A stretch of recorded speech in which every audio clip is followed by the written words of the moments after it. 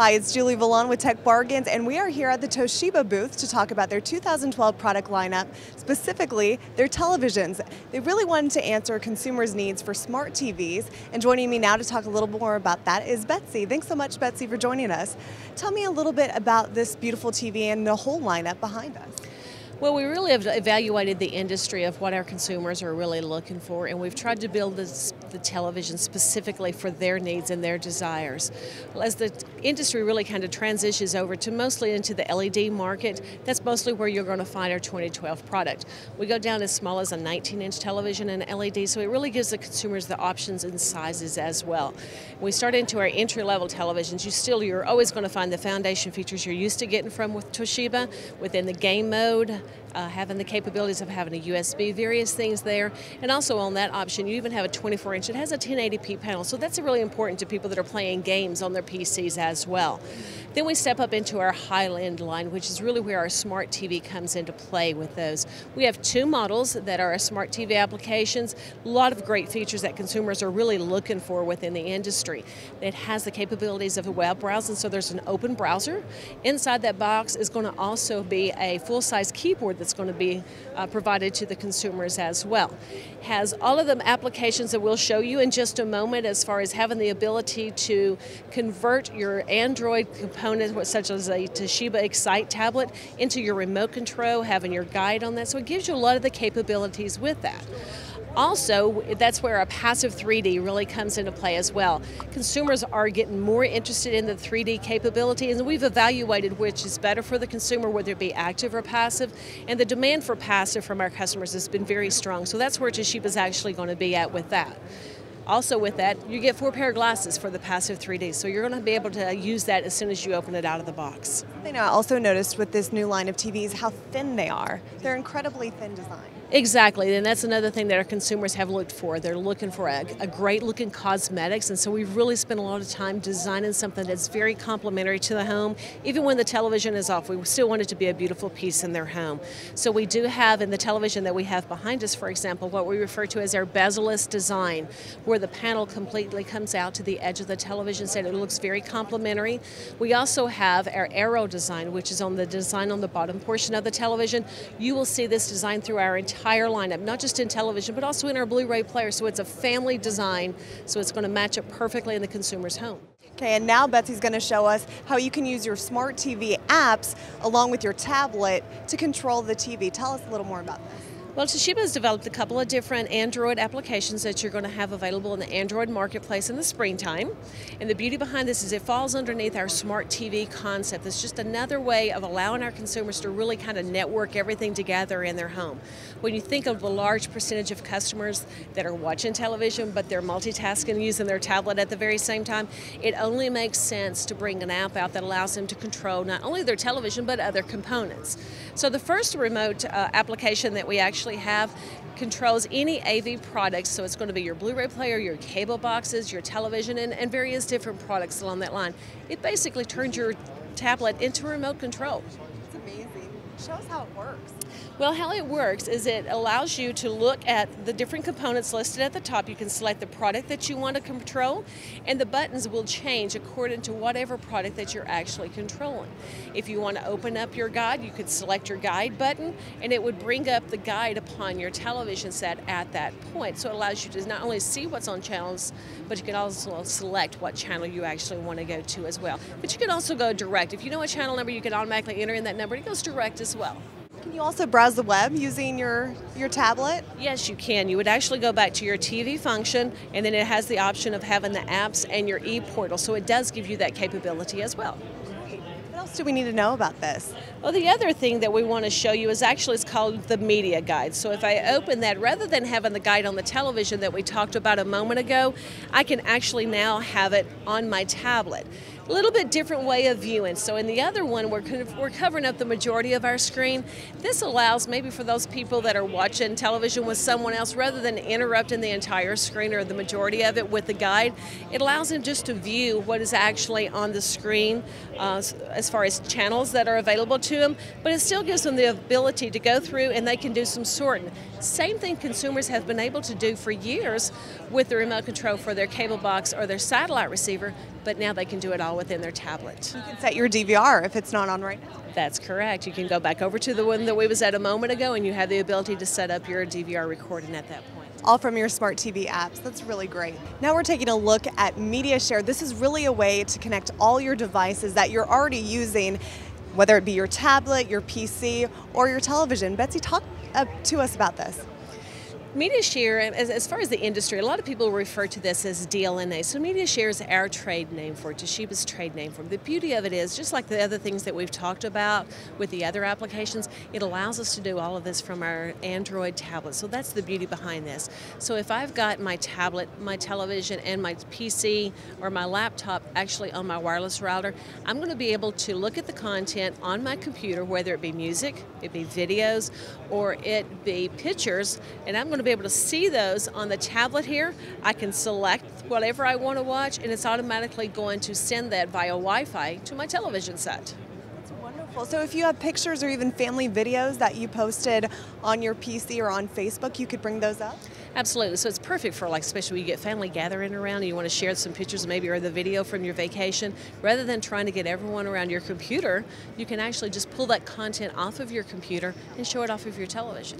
Is Toshiba answering more consumer demand just to connect everything they already have at home? Absolutely. You know, over the last few years, as the industry has really changed, getting more into network, and this has really taken it to a completely different level for the consumers. Every consumer, or not every consumer, but the majority of our consumers nowadays have a tablet in their home, and they're using it all the time. So it really allows them to gain control of so many different components within their home. I am now with Mike with Toshiba to talk a little bit about their GlassesFree 3D televisions. Really awesome. You can't get them here in the U.S. yet, probably later this year, but they're already shipping in Japan. Mike, tell us about this. They certainly are, and I think that's really exciting. The people have been waiting to watch 3D without glasses. That's probably the biggest complaint I hear, is we don't want to wear the glasses. So this is a huge step in the right direction for what most people want, how most people want to watch 3D in their home.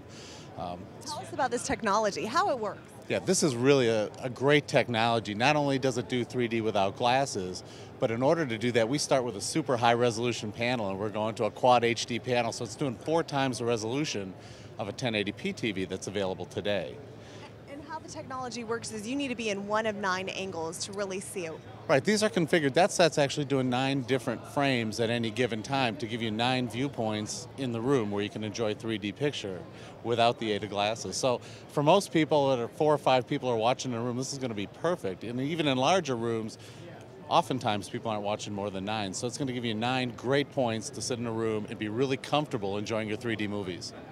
Thing I noticed when we were looking at it, there's also guides at the top of the TV, so it tells you if you need to move right, left to get the perfect angle. It's really easy to look at those guides and be able to position yourself. What's even more cool, though, is there is a camera in the front of that TV that'll read where you're sitting. It'll adjust the TV to give you the 3D image wherever you're sitting. It's pretty incredible. Now, if you're like 3D but you don't want to watch everything in 3D, you can turn this off. Oh, absolutely. Most people are going to watch 2D most of the time, and it's just really when you're going to watch that movie or get the experience, you're going to be able to flip it into the 3D mode and watch it. But when you flip to 2D, the quality of this TV is so great, it's going to be one of the best TVs you own. Oh, absolutely. It's 4 times better than anything you can see today. So with the quad technology in there, we're bringing the resolution up, way up on those sets. Hey everyone, it's Jeff, and I'm here at the Toshiba booth at CES. And up until now, if you wanted to experience 3D gaming, you needed some bulky 3D glasses to wear. That is, until the Cosmio F755. And with me to talk about this brand new machine is Mark from Toshiba.